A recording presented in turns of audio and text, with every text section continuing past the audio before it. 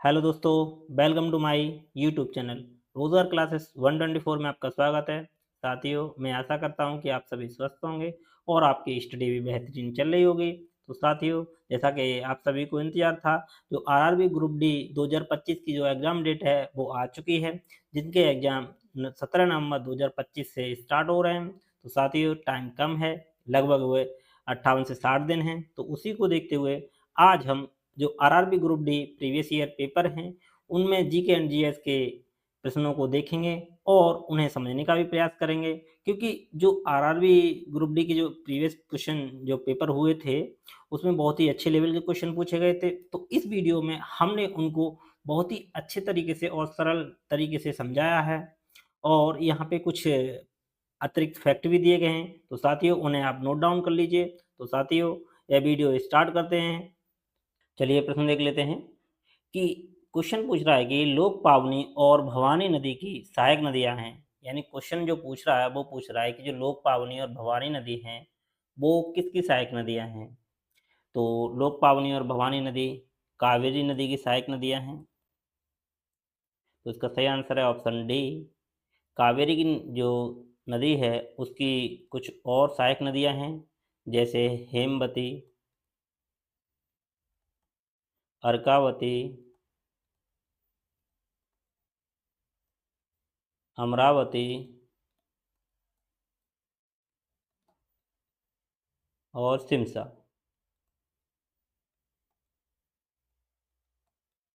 तो इसकी ये सहायक नदियां हैं लोकपावनी, भवानी, हेमवती, अर्कावती, अमरावती और शिमसा नदी। अब जो गोदावरी की सहायक नदियां हैं वो कौन कौन सी हैं वो भी देख लेते हैं।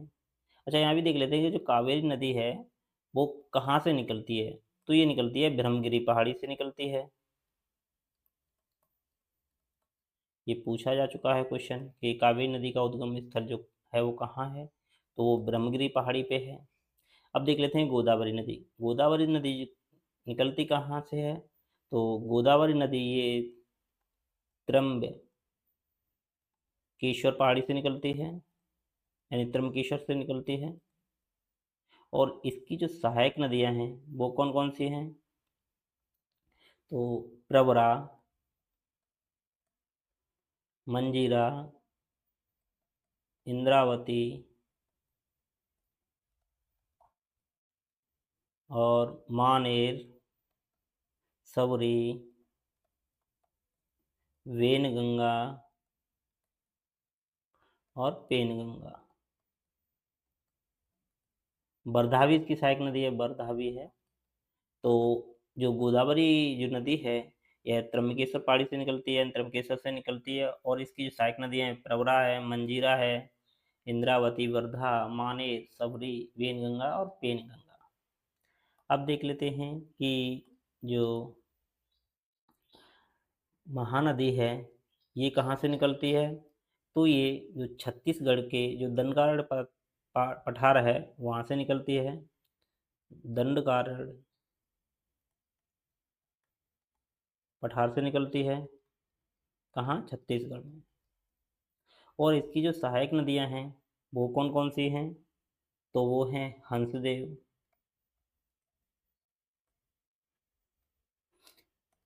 तेल, जोंक, ओंग, ईव। ये कुछ सहायक नदियां हैं। तो इसमें जो प्रमुख सहायक नदियां हैं वो तेल और ईव, इनके बारे में ज़्यादा पूछा जाता है।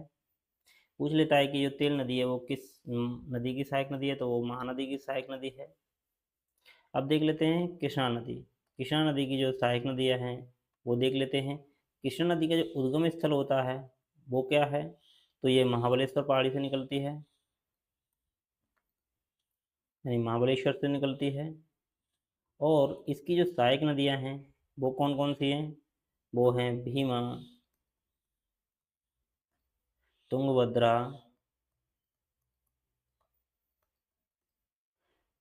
घाट प्रभा, मूशी,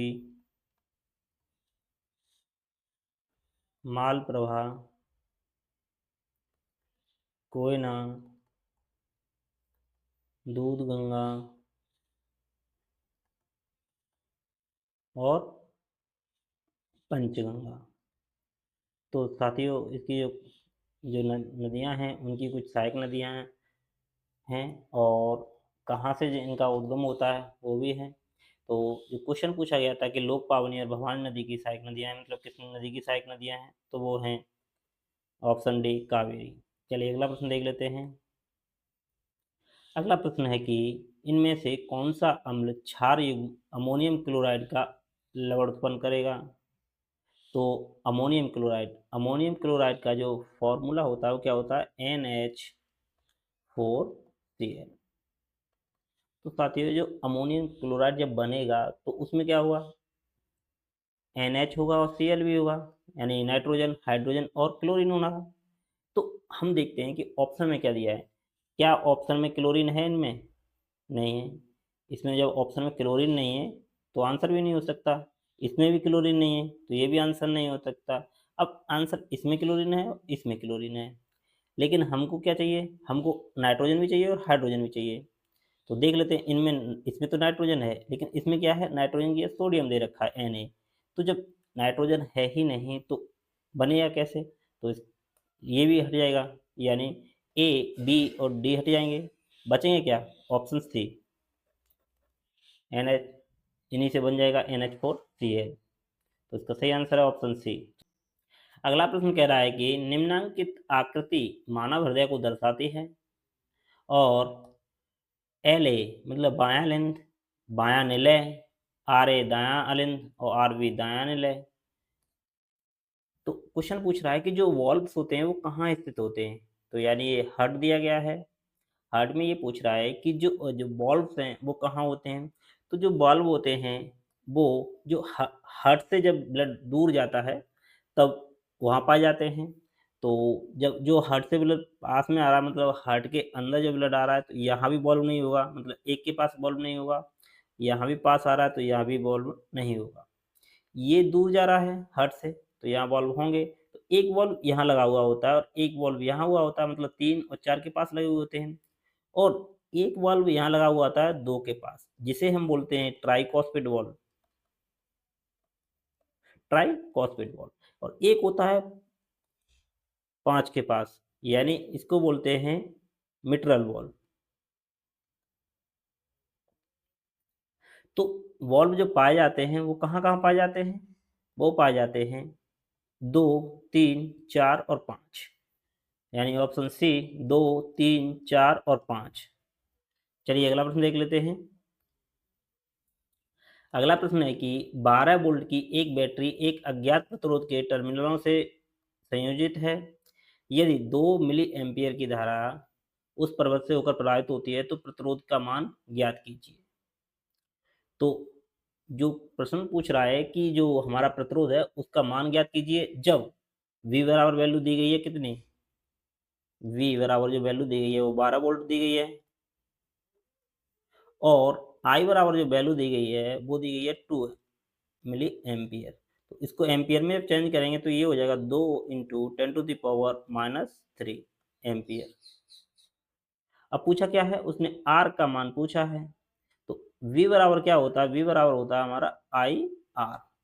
R की जब वैल्यू पूछी है उसने तो R का मान जब निकालेंगे तो ये आ जाएगा हमारा V/I। तो V की वैल्यू कितनी है, 12 वोल्ट, और I की वैल्यू हो जाएगी 2 इंटू मतलब 2 इंटू -10⁻³ तो इसको सॉल्व कर लेंगे, ये हो जाएगा 6 यानी 6, ये ऊपर जाएगा तब ये पॉजिटिव हो जाएगा यानी 3। तो जो इसका सही आंसर हो जाएगा 6000 ओम, यानी ऑप्शन सी। चलिए अगला प्रश्न देखते हैं कि प्रतिरोध R को किस प्रतीक द्वारा निरूपित किया जाता है। तो प्रतिरोध R को जो निरूपित किया जाता है वो किसके द्वारा निरूपित किया जाता है, ऑप्शन बी इसका सही आंसर है। और जो ऑप्शन ए है इसको जो निरूपित करते हैं ये सेल का प्रतीक है, और डी जो प्रतीक है वो किसका है, तो ये है संधारित्र का यानी इंडक्टर का।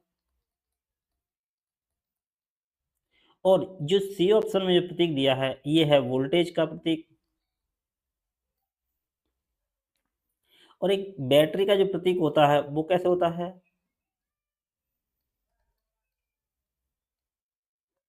ये बैटरी का प्रतीक होता है। और एक प्रतीक होता है कि ऐसे करके जो दिया होगा, क्रॉस बना होगा, ये लैंप का प्रतीक होता है।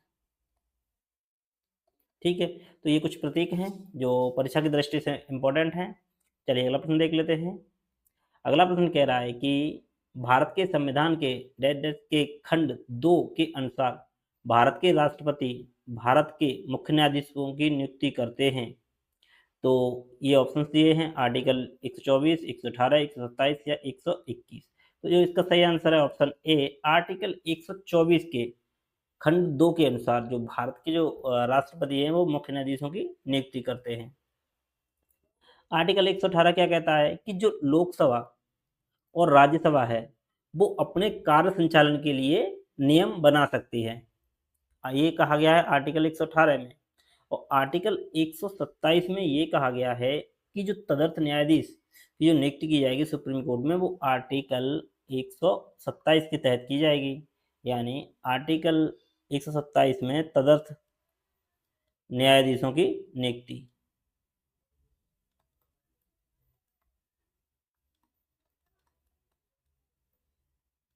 नियुक्ति से संबंधित है ये। तो जो क्वेश्चन पूछा है तो उसका सही आंसर हो जाएगा ऑप्शन ए, 124। चलिए अगला प्रश्न देखते हैं। अगला प्रश्न है कि मेंढकों में मानव की तरह ही एक जोड़ी फेफड़े होते हैं लेकिन वे से भी श्वसन कर सकते हैं। तो ऑप्शंस दिए हैं कि श्वासप्रणाल या श्वासरंध्र या क्लोम या आर्द्र श्लेष्मी त्वचा। तो जो मेंढक होते हैं वो फेफड़ों के अलावा आर्द्र जो श्लेष्मी त्वचा है उससे कर सकते हैं। तो इसका सही आंसर हो जाएगा ऑप्शन डी। चलिए अगला प्रश्न देखते हैं। अगला प्रश्न है कि न्यूलैंड के अष्टक सिद्धांत के अनुसार प्रत्येक तत्व के गुणधर्म पहले तत्व के गुणधर्मों के समान होते हैं। तो ऑप्शन दिए हैं छठवें, आठवें, चौथे या सातवें। तो जो न्यूलैंड का जो अष्टक नियम है इसी में दिख रहा है कि अष्टक मतलब आठवें। तो जो इसका सही आंसर हो जाएगा ऑप्शन बी, आठवें तत्व के समान होते हैं। इन्होंने एक बताया था कि एक सूत्र दिया था, सा रे गा मा प द नी सा, यानी 1 2 3 4 5 6 7 और ये 8। जो पहला तत्व है वही आठवें तत्व के समान गुणधर्म रखता है, ये इन्होंने कहा था। तो इन्होंने जो अष्टक जो सिद्धांत दिया था वो कब दिया था? न्यूलैंड का जो अष्टक सिद्धांत जो दिया था इन्होंने, ये दिया था 1865 में। और इनका जो अष्टक सिद्धांत का जो अंतिम तत्व था वो था कैल्शियम। ये पूछा जाता है कि जो न्यूलैंड का जो अष्टक सिद्धांत था वो कहाँ तक वैलिड था, किस तत्व तक वैलिड था? तो वो कैल्शियम तक था। और जो मेंडलीव इनके बाद जो मेंडलीव आए थे उन्होंने जो साड़ी बनाई थी वो कब बनाई थी? वो बनाई थी 1869 में। और मोस्टली आए थे जिन्होंने आधुनिक आवर्त साड़ी का जो निर्माण किया था, बनाई थी मोस्टली। तो उन्होंने कब बनाई थी? उन्होंने बनाई थी 1913 में।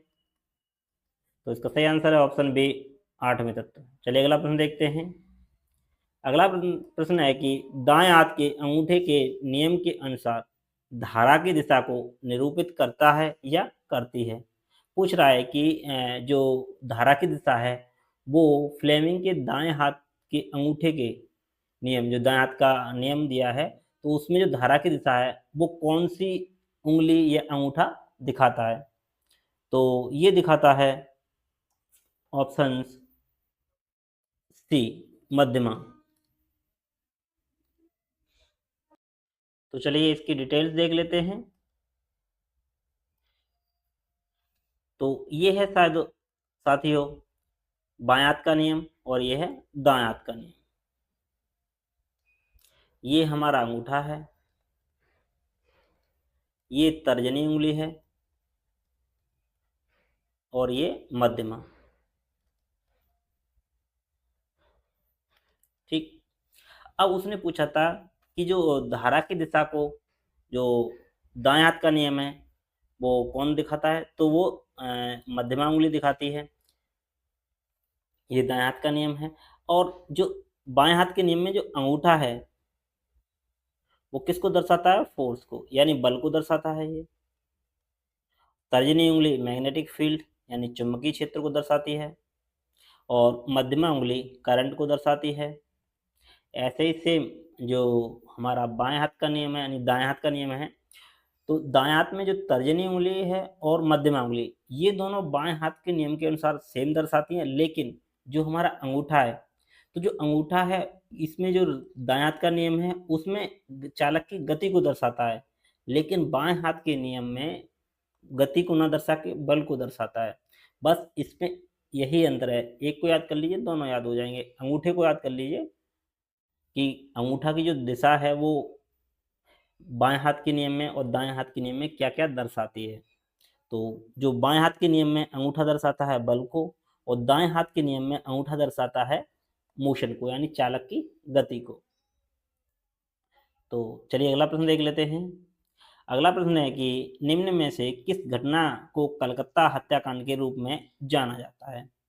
तो ऑप्शन है भारत छोड़ो आंदोलन, ऑप्शन बी बंगाल सत्याग्रह, सी नमक सत्याग्रह, या डी सीधी कार्रवाई दिवस। तो जो कलकत्ता हत्याकांड के रूप में जो जाना जाता है वो सीधी कार्रवाई दिवस को जाना जाता है। यह क्यों जाना जाता है इसको भी देख लेते हैं साथियों। ये 16 अगस्त 1946 में जो मोहम्मद अली जिन्ना थे, मोहम्मद अली जिन्ना, इन्होंने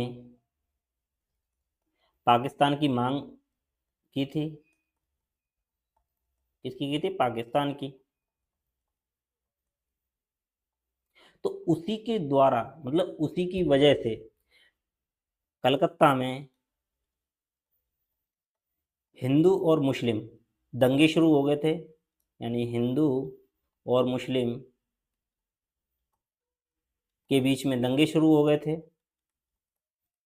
तो जब ये दंगे शुरू हुए थे इसी को ही हमने कलकत्ता हत्याकांड कह दिया था, और 16 अगस्त 1946 को सीधी कार्रवाई दिवस भी मनाया।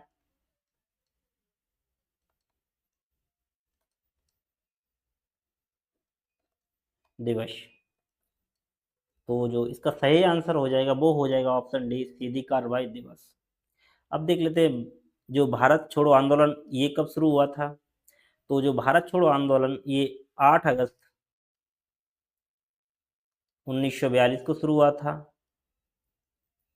और जो नमक सत्याग्रह है ये कब शुरू हुआ था, इसको हम दांडी मार्च भी बोलते हैं। तो ये शुरू हुआ था 1930 को। चलिए अगला प्रश्न देख लेते हैं। अगला प्रश्न पूछ रहा है कि निम्न में से कौन सा पर्वत और राज्य, यानी पर्वत हैं वो राज्य ऑब्लिक केंद्र शासित प्रदेश से सही सुमेलित नहीं है। क्वेश्चन पूछा है सही सुमेलित नहीं है। तो ऑप्शन सी है नंदा देवी उत्तराखंड में है, बी सासेर कांगड़ी लद्दाख में है, या सी कंचनजंगा सिक्किम में है, या डी केटू पर्वत हिमाचल प्रदेश में है। तो इसने पूछा है नहीं है, तो नंदा देवी उत्तराखंड में है ये सही है, शासिर कांगड़ी जो है वो लद्दाख में है ये भी सही है, और कंचनजंगा सिक्किम में है ये भी सही है। तो जिसका सही आंसर हो जाएगा K2 हिमाचल प्रदेश में नहीं है, ये पाकिस्तान और जो चीन की जो सीमा है यानी जो भारत के पीओके में जो पार्ट है वहाँ पे काराकोरम श्रेणी का भाग है, यानी काराकोरम जो श्रेणी है उस पे ये चोटी है। ये दुनिया की दूसरी सबसे ऊंची चोटी है। तो ये कहाँ है, काराकोरम। ठीक है, तो ये हिमाचल प्रदेश में नहीं है, तो इसका सही आंसर हो जाएगा ऑप्शन डी। चलिए अगला प्रश्न देख लेते हैं।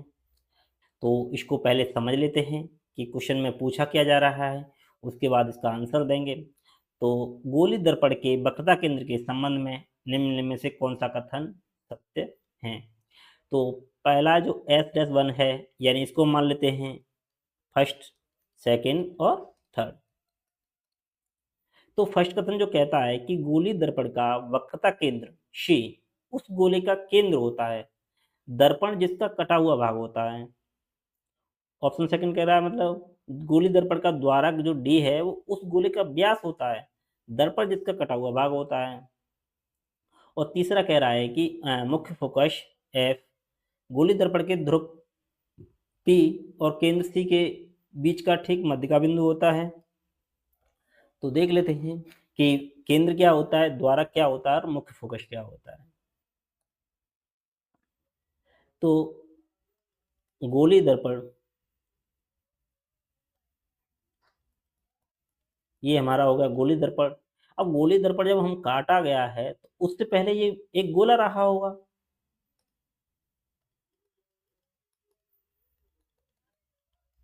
ये पहले एक गोला था। तो जो इसका जो केंद्र बिंदु है तो इसको क्या बोलते हैं, इसको सी, यानी इसको बोलते हैं हम वक्रता केंद्र।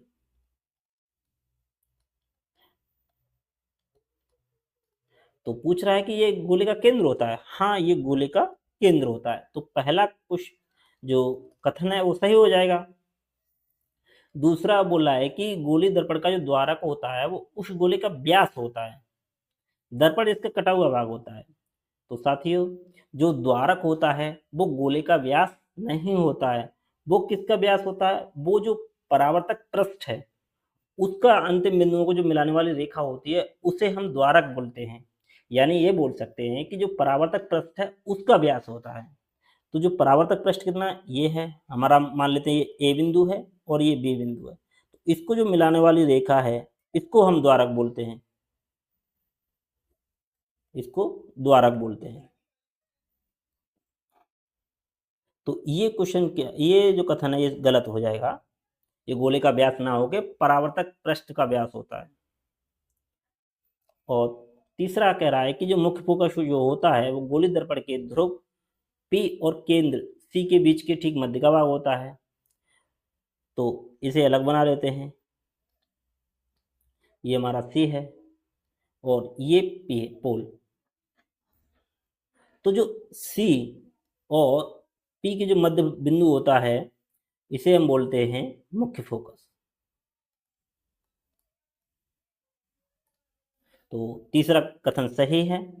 तो कथन कौन से सही है, एक तो पहला सही है और एक थर्ड सही है। तो इसका सही आंसर हो जाएगा option A S dash one और एस थर्ड। चलिए अगला प्रश्न देख लेते हैं। आई होप के साथियों ये समझ में आया होगा आपको। अगर ये समझ में नहीं आता है तो इसको आप दोबारा से देख लीजिए, आई होप के क्लियर हो जाएगा। चलिए अगला प्रश्न देख लेते हैं।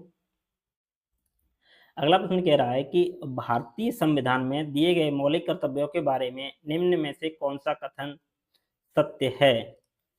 साथियों देख लीजिए ये ग्रुप डी का पेपर है और कैसे कैसे क्वेश्चन, मतलब कितने कितने अच्छे लेवल के क्वेश्चन पूछे गए हैं। तो मौलिक कर्तव्य के बारे में पूछा जा रहा है, तो इसमें से कौन सा कथन है। ऑप्शन ए है कि भविष्य के लिए पैसे बचाना एक मौलिक कर्तव्य है। दूसरा है कि जैव विविधता के संरक्षित करना एक मौलिक कर्तव्य है। तीसरा है कि माता पिता की आज्ञा मानना एक मौलिक कर्तव्य है। तो और चौथा है कि 6 से 14 वर्षों के लिए अनिवार्य शिक्षा प्रदान हमारा मौलिक कर्तव्य है।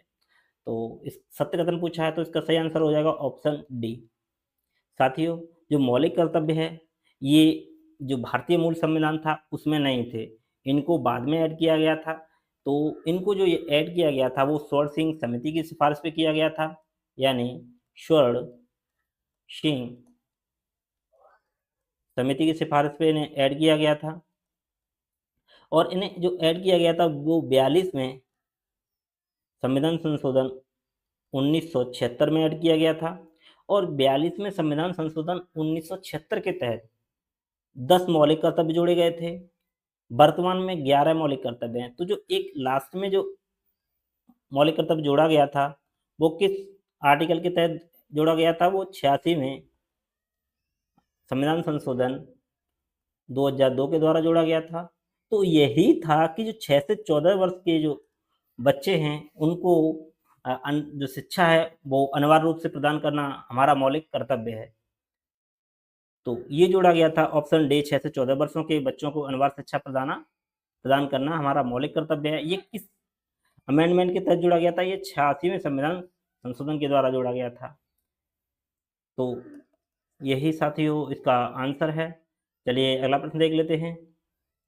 अगला प्रश्न कह रहा है कि किस पंचवर्षीय योजना में बुनियादी एवं भारी उद्योगों की स्थापना पर जोर दिया गया था ताकि तीव्र औद्योगिकरण, आत्मनिर्भरता और प्रौद्योगिकी का विकास के लिए एक ठोस आधार स्थापित किया जा सके। तो उसने पूछा है कि भारतीय उद्योग और औद्योगिकरण, आत्मनिर्भरता और प्रौद्योगिकी, तो ये किस पंचवर्षीय योजना के उद्देश्य थे? तो साथियों ये थे दूसरी पंचवर्षीय योजना, यानी ऑप्शन बी इसका सही आंसर है। तो जो पहली पंचवर्षीय योजना जो आई थी वो कब आई थी? 1951 से 56 तक।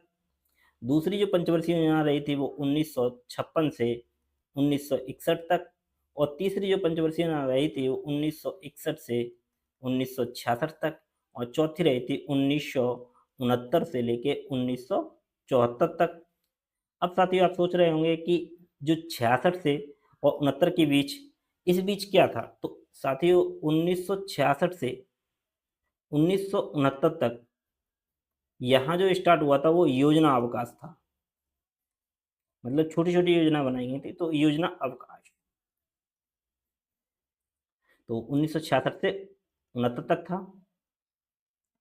साथियों अब जो दूसरी पंचवर्षीय योजना थी, इसमें कुछ जो उद्योग ओपन किए गए थे, कुछ संयंत्र लगाए गए थे जो विदेशों की सहायता से लगाए गए थे। तो उससे पूछा जाता है कि ये संयंत्र, यानी जैसे राउरकेला, भिलाई और दुर्गापुर, ये संयंत्र किस किस देश की सहायता से, पूछ लेता है कि राउरकेला किस देश की सहायता से लगाया गया या दुर्गापुर किस देश की सहायता से लगाया गया था। तो इनको याद करने की ट्रिक है, उसे देख लेते हैं।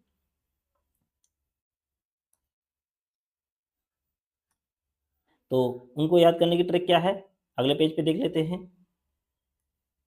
ट्रिक है राज, वीरू, दुबे।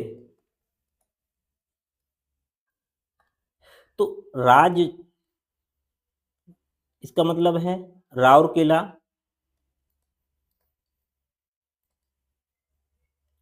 और जाफर है जर्मनी, यानी जो राउरकेला से संयंत्र लगाया गया था वो जर्मनी की सहायता से लगाया गया था। और वी से है विलाई, और रू से है रूस। भिलाई संयंत्र लगाया गया था रूस की सहायता से, और दू से है दुर्गापुर, और वे से है ब्रिटेन, यूके। तो राउरकेला जर्मनी की सहायता से, भिलाई रूस की सहायता से, और दुर्गापुर ब्रिटेन की सहायता से लगाया गया था। यहाँ से क्वेश्चन पूछा जाता है। तो इनकी जो ट्रिक है वो है राज, वीरू, दुबे। चलिए अगला प्रश्न देख लेते हैं। अगला प्रश्न है कि कार्बन की संयोजकता होती है ऑप्शन ए 6, ऑप्शन बी 4, या ऑप्शन सी 2, या ऑप्शन डी 3। तो साथियों संयोजकता क्या होती है ये देख लेते हैं। संयोजकता जो होती है कि जो कोई तत्व है उसके बाहरी कोश में जो इलेक्ट्रॉनों की संख्या, यानी संयोजकता उसे बोलते हैं कि कोई तत्व अपना स्थायीकरण के लिए या तो कोई इलेक्ट्रॉन त्याग दे या ग्रहण कर ले, उसे संयोजकता बोलते हैं। ये आसान भाषा में हो गया। तो जो कार्बन की संयोजकता जो होती है, तो कार्बन को हम कैसे डिनोट करते हैं? C612। ये जो होता है 2 और 4। बाहरी कोश में कितने इलेक्ट्रॉन होते हैं? 4। या तो 4 त्याग दे या 4 ग्रहण कर ले, क्योंकि 8 होते हैं। 4 त्याग दे या 4 ग्रहण कर ले, तो इसका सही आंसर हो जाएगा ऑप्शन बी 4। चलिए अगला प्रश्न देख लेते हैं। अगला प्रश्न है साथियों, ये देखिए डायग्राम दिया है, 4 डायग्राम दिए हैं और उनसे क्वेश्चन पूछा गया है। पूछ रहा है कि एक आकृति दी गई है, तो यह आकृति जो एक मनुष्य के जो अंदर जो पार्ट होते हैं उसकी कौन सी सही आकृति है, यानी कोई पार्ट दिया गया है जो गुलाबी कलर से दर्शाया गया है, तो उसकी वास्तविक स्थिति इन चारों में से कहाँ होगी, मतलब किस आकृति में सही उसकी पोजीशन दिखाई गई है। तो फर्स्ट ये है, सेकंड ये है, थर्ड ये है, फोर्थ ये है। तो इसका सही आंसर हो जाएगा ऑप्शन सी, थर्ड। जो ये आकृति है ये हमारी, ये किसको दर्शा रही है? ये लीवर है, और लीवर किधर होता है? राइट साइड में होता है। अब देख लेते हैं कि जो मनुष्य के पार्ट होते हैं वो कौन कौन से, क्या कहाँ होते हैं। तो साथियों, ये जो हमारा है ये फेफड़े हैं, कलर चेंज कर लेते हैं। ये लंग्स हैं, जिन्हें लंग्स देखे हैं। और ये जो पार्ट है इनको बोलते हैं ट्रैकिया। और जो लंग्स है उसके जस्ट नीचे होता है हार्ट हमारा, ठीक है, ये हार्ट है। और देखिए ये क्वेश्चन उसने पूछा था, ये आकृति क्या है? लीवर। इसकी पोजीशन किधर दी गई है? ये राइट साइड में दी गई है, तो यही इसका आंसर था। और ये जो हमारे, ये किडनी है, ये किडनी है। और किडनी के जस्ट ऊपर ये देखिए, ये जो आकृति है, थोड़ा सा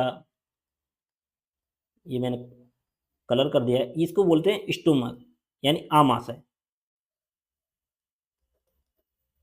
और ये हमारी जो है ये है आंतें, मतलब इंटेस्टाइन।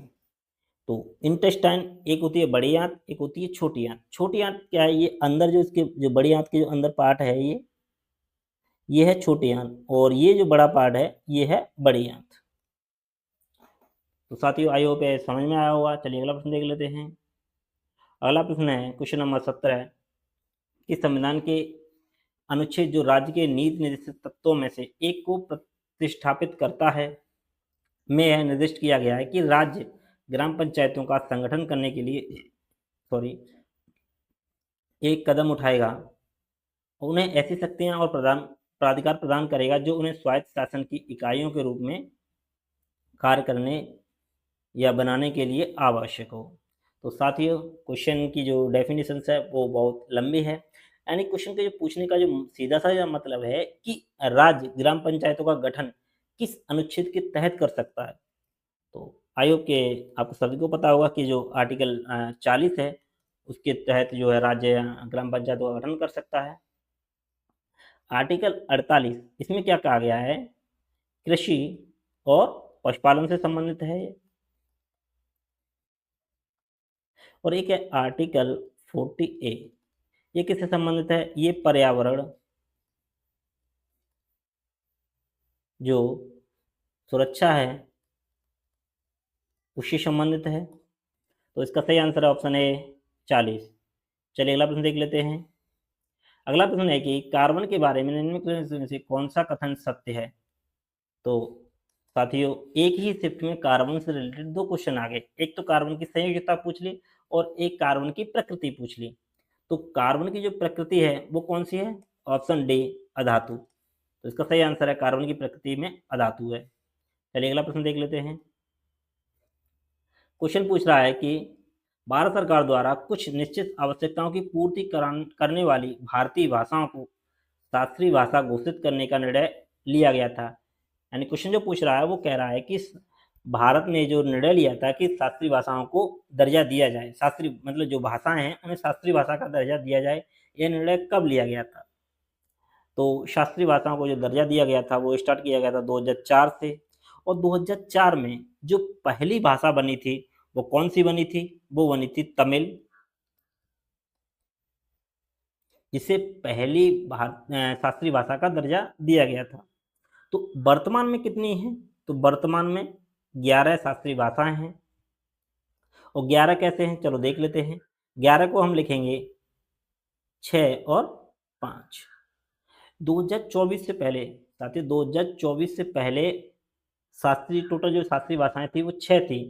और अक्टूबर 2024 में 5 नई शास्त्रीय भाषाओं को जोड़ा गया था। उसके बाद जो टोटल संख्या हो गई थी वो 11 हो गई थी। तो ये 5 कौन कौन सी थी?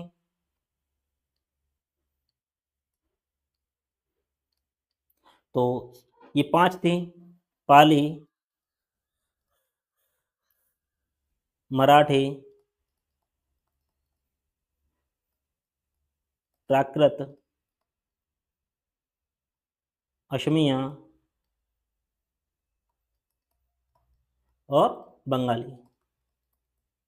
ये 5 भाषाएं थीं जिन्हें 2024 में शास्त्रीय भाषा का दर्जा दिया गया था।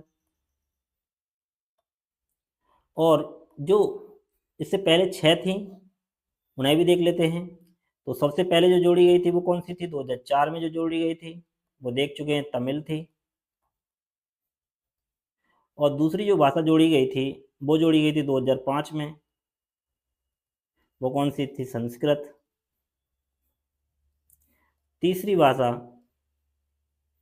2008 में जोड़ी गई थी, यानी 2 भाषाएं जोड़ी गई थी, तीसरी और चौथी मान सकते हैं 2008 में। वो कौन कौन सी थी? वो तेलुगु और कन्नड़ थी, तेलुगु और कन्नड़। और 5वीं जो भाषा जोड़ी गई थी वो जोड़ी गई थी 2013 में, वो कौन सी थी? वो थी मलयालम। और छठी जो भाषा जोड़ी गई थी वो 2014 में जोड़ी गई थी, वो कौन सी थी? वो थी उड़िया। और उसके बाद 2024 में 5 और भाषाएं साथ जोड़ी गई थी जो जिन्हें शास्त्रीय भाषा का दर्जा दिया गया था, वो ये थी। तो टोटल जो भाषाएं हो गई हैं वो 11 हो गई हैं। और जो निर्णय लिया गया था सर्वप्रथम वो 2004 में लिया गया था। तो इसका सही आंसर है ऑप्शन सी। चलिए अगला प्रश्न देख लेते हैं। अगला प्रश्न कह रहा है कि लवण जल के विद्युत अपघटन के दौरान कौन सी जो गैस उत्पन्न होती है और जो पॉप की ध्वनि के साथ जलती है? तो साथियों, जो लवण का जब विद्युत अपघटन होता है तो उसमें जब मोमबत्ती को उसके पास ले जाते हैं तो एक पॉप की ध्वनि उत्पन्न होती है। तो वो कौन सी गैस होती है? वो ऑप्शन डी हाइड्रोजन गैस होती है जो पॉप ध्वनि के साथ जलती है। तो इसमें कुछ ज़्यादा बताने के लिए नहीं है। चलिए अगला प्रश्न देख लेते हैं। अगला प्रश्न है कि अवक्षेपण अभिक्रियाएं एक विशिष्ट श्रेणी की अभिक्रियाएं हैं। ऑप्शन है रिडॉक्स अभिक्रियाएं, संयोजन अभिक्रियाएं, या द्विविस्थापन अभिक्रियाएं, या अपघटन अभिक्रियाएं। तो जो अवक्षेपण अभिक्रियाएं जो होती हैं वो कौन सी होती हैं? ऑप्शन सी द्विविस्थापन अभिक्रियाएं। अब ये कैसे होती हैं, चलो देख लेते हैं। मान लेते हैं एक जो रिएक्शन दी गई है वो दी गई है सपोज NaCl और AgNO3। अब इसका विद्युत अपघटन कराया गया, सॉरी अवक्षेपण कराया गया। तो जो Na क्या है? Ag से अधिक क्रियाशील है, तो इसको प्रतिस्थापित कर देगी तो जो नया बनेगा वो बनेगा NaNO3। अब जो बचेगा उसको अवक्षेपण बोलेंगे। तो क्या बचेगा? NaNO3 आ गया तो AgCl बचेगा। ये क्या है? ये अवक्षेपण है। साथियों, अब ये दो विस्थापन कैसे हुआ? सोडियम ने Ag को मतलब Ag को प्रतिस्थापित कर दिया और Ag किधर आ गया? Cl के पास आ गया। तो Na पहुंच गया NO3 के पास और Ag आ गया Cl के पास। तो ये 2 बार विस्थापन हो गया, तो इसीलिए द्विविस्थापन अभिक्रिया हो गई। चलिए अगला प्रश्न देख लेते हैं। अगला प्रश्न कह रहा है कि चुंबकीय क्षेत्र के अंदर स्थिर धारावाही चालक पर बल की दिशा ज्ञात करने के लिए प्रयुक्त फ्लेमिंग के बाएं हाथ के नियम के अनुसार मध्यमा और तर्जनी उंगलियां क्रमशः और दिशाओं को निरूपित करती हैं। साथियों, कुछ क्वेश्चन पहले ही देख चुके हैं कि फ्लेमिंग के बाएं हाथ, तो मध्यमा कौन सी उंगली दर्शाती है, अंगूठा क्या दर्शाता है, तर्जनी क्या दर्शाती है। तो जो बाएं हाथ में जो दिखाती है वो क्या दिखाती है? मध्यमा दिखाती है धारा को और तर्जनी दिखाती है चुंबकीय क्षेत्र को। अब साथ ही इसमें दिया है फ्लेमिंग के बाएं हाथ। अब चाहे फ्लेमिंग के बाएं हाथ हो चाहे दाएं हाथ हो, दोनों में मध्यमा और तर्जनी उंगलियां जो दिखाती हैं वो धारा और चुंबकीय क्षेत्र को दिखाती हैं और सेम दिखाती हैं। यानी जो मध्यमा उंगली जो दिखाएगी, चाहे बाएं हाथ हो या दाएं हाथ हो, उसमें धारा दिखाएगी और चुंबकीय क्षेत्र दिखाएगी वो तर्जनी दिखाएगी, चाहे बाएं हाथ का नियम हो या दाएं हाथ का नियम हो। बस डिफरेंट क्या होता है कि जो हमारा अंगूठा होता है, तो फ्लेमिंग के जो बाएं हाथ में जो अंगूठा दिखाता है वो क्या दिखाता है? वो दिखाता है बल की दिशा। तो इसका सही आंसर है ऑप्शन डी धारा चुंबकीय क्षेत्र। चलिए अगला प्रश्न देख लेते हैं। अगला प्रश्न है कि एक वयस्क मनुष्य के मुख में केवल कृंतक होते हैं, यानी कितने कृंतक होते हैं? तो एक वयस्क मनुष्य के कितने कृंतक होते हैं? ऑप्शन दिए हैं 10 या 4 या 8 या 12। तो इसका सही आंसर हो जाएगा ऑप्शन ऑप्शन सी 8। तो देख लेते हैं कि कृंतक कितने होते हैं, रदनक कितने होते हैं, अग्रचवड़ कितने होते हैं, चवड़ कितने होते हैं, इंसीजर, कैनाइन, मोलर, प्रीमोलर। तो ये इंसीजर, कैनाइन, प्रीमोलर और मोलर। तो इनका जो याद करने का सूत्र है वो क्या है? 21 और 23 बट्टे 21 और 23। इसमें हम क्या करेंगे? इसमें 2 का मल्टीप्लाई करना होता है और इधर भी 2 का मल्टीप्लाई करना होता है। तो पूछा है कि कृंतक यानी इंसीजर आई फॉर 2, तो ये कितने हो जाएंगे? ये हो जाएंगे हमारे 2 दूनी 4 और 2 दूनी 4, तो ये टोटल कितने हो जाएंगे? ये हो जाएंगे 8। ये 8 होंगे, ये होंगे हमारे 4, ये भी 8 होंगे प्री मोलर, और मोलर कितने होंगे? 12। तो जो क्वेश्चन का आंसर है वो है ऑप्शन सी 8। चलिए अगला प्रश्न देख लेते हैं। अगला प्रश्न है कि प्रकाश संश्लेषण के दौरान निम्नलिखित में कौन सी प्रक्रिया नहीं होती है? तो जो प्रकाश संश्लेषण होता है उसमें कौन सी प्रक्रिया नहीं होती है? ऑप्शन दिए गए हैं। ऑप्शन ए ऑक्सीजन का अवशोषण, या जल के अणुओं का विभाजन, या प्रकाश ऊर्जा का अवशोषण, या कार्बन डाइऑक्साइड का अपचयन। तो साथियों, जब प्रकाश संश्लेषण क्रिया होती है तो उसमें ऑक्सीजन का अवशोषण नहीं होता है, ऑक्सीजन मुक्त होती है, यानी ऑक्सीजन रिलीज होती है। तो इसका सही आंसर है ऑप्शन ए, ऑक्सीजन का अवशोषण। गलत है ना? जल के अणुओं का विभाजन होता है, प्रकाश संश्लेषण के अवशोषण होता है, या कार्बन डाइऑक्साइड का अपचयन होता है। चलिए अगला प्रश्न देख लेते हैं। अगला प्रश्न है कि एक उत्तल दर्पण द्वारा निर्मित प्रतिबिंब से संबंधित आंकड़े दिए गए हैं।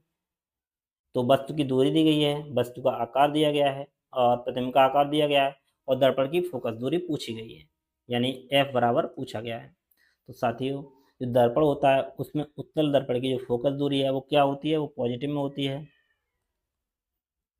और जो वस्तु की दूरी होती है और प्रतिबिंब की दूरी होती है, ये दोनों माइनस में होती हैं। तो जो वस्तु की दूरी दी गई है वो दी गई है u, और वस्तु का आकार जो दिया गया है मान लेते हैं इसको h डैश, और ये h डबल डैश प्रतिबिंब का आकार। तो जो हमारा सूत्र होता है वो आवर्धन बराबर होता है, आवर्धन m बराबर होता है h, यानी प्रतिबिंब का आकार h double dash upon h। ठीक है, बराबर एक और सूत्र होता है वो होता है माइनस v अपॉन यू। अब हमें क्या है? आवर्धन की हमें ज़रूरत है नहीं, हमें किसकी ज़रूरत है? अगर हमारे पास फोकस दूरी निकालने के लिए 1/f बराबर 1/v प्लस 1/u, u हमारे पास है, f पूछा है, अगर हमारे पास b ज्ञात हो जाता है तो उसका आंसर निकालने में आसानी होगी, मतलब निकल आएगा। तो m की हमें जरूरत नहीं है, तो हम ऐसे लिख सकते हैं इसको h double dash upon h dash is equal to minus v upon U. कहीं कहीं साथियों यहाँ h लिखा हुआ है, यहाँ h डैश लिखा हुआ, ऐसे भी लिख सकते हैं। तो h डबल डैश का मान कितना है? 2.5 अपॉन h डैश का मान कितना है? 10 सेंटीमीटर, माइनस v का मान पूछा है और u का मान कितना है? अब u वस्तु की दूरी है तो ये किस में होती है? नेगेटिव में होती है, तो माइनस 30 सेंटीमीटर। तो v का मान यहाँ से निकालेंगे तो v का मान क्या आ जाएगा? ये आ जाएगा हमारा, इससे खत्म हो जाएगा, माइनस से माइनस खत्म हो जाएगा, तो v बराबर आएगा 2.5 इंटू 3, ये आ जाएगा हमारा 7.5। 7.5 को हम लिख सकते हैं 15/2। ठीक, अब हमारे पास जो v की वैल्यू है वो भी आ गई, u की वैल्यू भी आ गई, पता है। अब पूछ लेते हैं, अब f निकाल लेते हैं, सॉरी 1/f इजकल टू होता है 1/v प्लस 1/u। v की जो वैल्यू है वो कितनी निकली है, वो निकली है 15/2 प्लस u की वैल्यू कितनी है -30। इसको सॉल्व जब करेंगे तो ये आ जाएगा 2/15 माइनस 1/30। तो इसका एलसीएम हो जाएगा 30, ये हो जाएगा 4 और ये हो जाएगा 1 1/f बराबर। तो ये बचेगा हमारा 3/30। तो f का मान कितना हो जाएगा, ये हो जाएगा f का मान 10 सेंटीमीटर। साथियों ये बहुत ही अच्छा क्वेश्चन था, आई होप कि समझ में आया होगा आपको। और अगर कोई भी डाउट होता है इसको दोबारा से देख लीजिए, फिर भी अगर आपको समझ नहीं आता है तो आप कमेंट करके भी पूछ सकते हैं। तो इसका सही आंसर हो जाएगा ऑप्शन डी 10 सेंटीमीटर। चलिए अगला प्रश्न देख लेते हैं। अगला प्रश्न है कि जैन धर्म में तीर्थंकर किसे कहते हैं। तो साथियों ऑप्शन दिए हैं, धर्म का रक्षक एवं आध्यात्मिक शिक्षा जो मोक्ष या मुक्ति का मार्ग बताता है, वह व्यक्ति जो ईश्वर और एक आत्मा में विश्वास रखता है तथा पुनर्जन्म में विश्वास रखता है। ऑप्शन सी है, वह व्यक्ति जो कभी भी ईश्वर में विश्वास नहीं करता। ऑप्शन डी है, तीर्थ यात्रियों का एक समूह। तो इसका सही आंसर हो जाएगा ऑप्शन ए, धर्म का रक्षक एवं आध्यात्मिक शिक्षा जो मोक्ष या मुक्ति का मार्ग बताता है। तो इसका सही आंसर है ऑप्शन ए। चलिए अगला प्रश्न देख लेते हैं। अगला प्रश्न है कि किस घटना ने भारत के विदेशी व्यापार पर ब्रिटिश नियंत्रण को एक और अधिक मजबूत कर दिया। यानी ऐसी कौन सी घटना थी जो विदेशी व्यापार भारत में अधिक ज़्यादा प्रभावशाली होने लगा था, यानी अधिक मजबूत हो गया था। तो ऑप्शन दिए हैं साथियों, ए था सुएज नहर को खोल दिया जाना, या बी था भारतीय धन की निकासी, या सी पटरियों का निर्माण, या डी विदेशी व्यापार पर अंग्रेजों का अधिकार। तो साथियों इसका जो सही आंसर है ऑप्शन ए, सुएज नहर। तो साथियों ये सुएज नहर जब बनी थी, ये कब बनी थी, इसका जो निर्माण हुआ था वो स्टार्ट हुआ था 1859 में और 1869 तक चला था। 1869 में इसको पूर्णतः खोल दिया गया था। और सुएज नहर यह जोड़ती है भूमध्य सागर को लाल सागर से, लाल सागर से जोड़ती है। साथियों जैसे ये अपना यहाँ है, ये पहले क्या होता था कि जो यहाँ से ब्रिटेन के जो साथी वो यहाँ से जाते थे व्यापार करने, और यहाँ पे अपना है भारत, ये तो इनको बहुत समय लगता था, पूरा ये घूम के जाते थे। लेकिन जब सुएज नहर का जो निर्माण कर दिया गया था यहाँ पे, यहाँ भूमध्य सागर और यहाँ लाल सागर, तो ये सुएज नहर का जो निर्माण हो गया था तब साथियों इनका जो सफ़र है वो बहुत कम हो गया था। तो इसीलिए जो ब्रिटिश का जो नियंत्रण है वो भारत में मजबूत होता चला गया। तो इसका सही आंसर है ऑप्शन ए, सुएज नहर को खोल दिया जाना। चलिए अगला प्रश्न देख लेते हैं। अगला प्रश्न दिया है कि निम्नलिखित में धातुओं की उनकी अभिक्रियाशीलता के अनुसार सही क्रम में दर्शाइए। तो साथियों दिए हैं के for potassium, L for aluminium, Fe लोहा, Au सोना और Pb लेड। तो इनको सही क्रम में दर्शाना है। तो पहले देख लेते हैं साथियों इनकी अभिक्रियाशीलता, टोटल सब जो तत्व होते हैं मोस्ट इम्पोर्टेंट। तो पहले जो होता है वो होता है के, फिर जो आता है वो आता है सोडियम यानी Na, फिर आता है कैल्शियम, फिर आता है मैग्नीशियम, फिर आता है इसके बाद एल्युमिनियम, उसके बाद आता है Zn मतलब जिंक, लोहा Fe, फिर आता है Pb, और उसके बाद जो आता है वो आता है H फॉर हाइड्रोजन, फिर आता है हमारा Cu कॉपर, फिर हो जाएगा मतलब पारा Hg, उसके बाद Au, उसके बाद चांदी Ag। तो ये इनकी अभिक्रियाशीलता का घटता हुआ क्रम है, यानी जब हम इधर को जाएंगे तो ये जो है घटता हुआ क्रम है, ये सबसे कम अभिक्रियाशील होगा, सबसे कम अभिक्रिया। और ये जो पोटेशियम है ये सबसे अधिक क्रियाशील, सबसे अधिक। तो अब उसने दिया है, ये पूछा है, उसके बाद अब जब हमको ये याद हो जाएगा, उसके बाद इसको लगाने में आसानी होगी। तो सबसे पहले पोटेशियम आएगा, तो पोटेशियम 4 ऑप्शन में है, तो इसे नहीं, फिर आएगा क्या? पोटेशियम के बाद sodium, calcium, magnesium. Sodium, calcium, magnesium है नहीं, तो उसके बाद जो आ जाएगा वो एल्युमिनियम आएगा। तो एल्युमिनियम आएगा, ये वाला ऑप्शन नहीं हो सकता, ठीक? यानी सी ऑप्शन नहीं हो सकता, क्योंकि एल्युमिनियम से पहले Fe दे दिया है, लेकिन Fe के एल्युमिनियम के बाद आता है। फिर आएगा जिंक, जिंक है नहीं, फिर आएगा Fe, यानी एल्युमिनियम के जस्ट बाद Fe आएगा। तो एल्युमिनियम के जस्ट बाद Fe आएगा, मतलब potassium, aluminium, Fe, potassium, aluminium, Fe, यानी ये भी ऑप्शन नहीं हो सकता, डी भी ऑप्शन नहीं हो सकता। उसके बाद आ जाएगा Fe के बाद Pb यानी लेड, उसके जस्ट बाद लेड आ जाएगा, और ये जो ये यू है ये लास्ट में हो जाएगा। तो ये नहीं होगा, ये बी आंसर इसका सही हो जाएगा, यानी पोटेशियम, एल्युमिनियम, लेड और सोना। चलिए अगला प्रश्न देख लेते हैं। साथियों, जो ये हमने अभिक्रियाशील बताए हैं, जो कौन कौन से तत्व होते हैं, इनको अच्छे से याद कर लेना, क्योंकि इससे पक्का एक ना एक क्वेश्चन एग्जाम में पूछा ही जाता है। तो ये जो पूरी हमने जो लिखा है, इसको पूरे से याद कर लीजिए।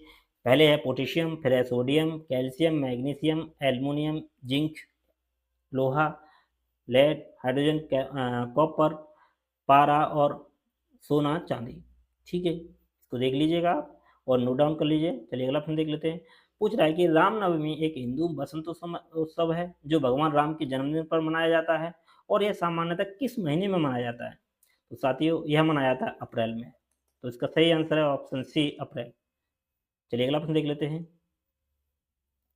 अगला प्रश्न है कि एक प्रकाश किरण पुंज एक अवतल लेंस से गुजरने के बाद लेंस के पीछे की दूरी पर स्थित एक बिंदु पर अपसारित होती है या प्रतीत होती है।